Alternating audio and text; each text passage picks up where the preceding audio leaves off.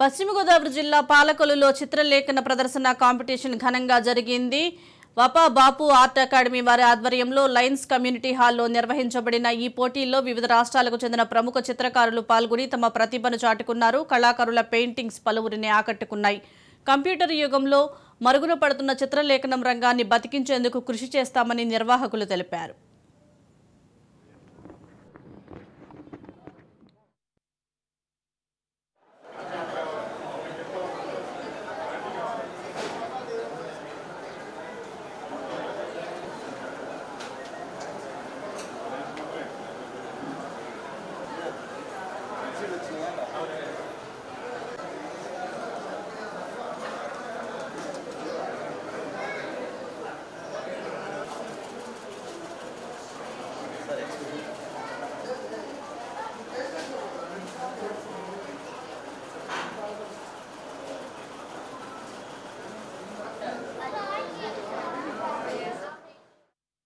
చిత్రకళ అనేది అందరికీ ఇంట్రెస్టే.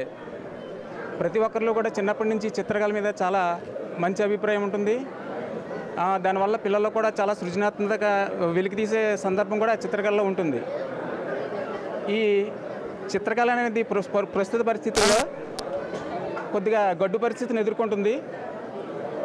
చిత్రకారుల్లో కూడా ప్రోత్సాహం కొరువైంది.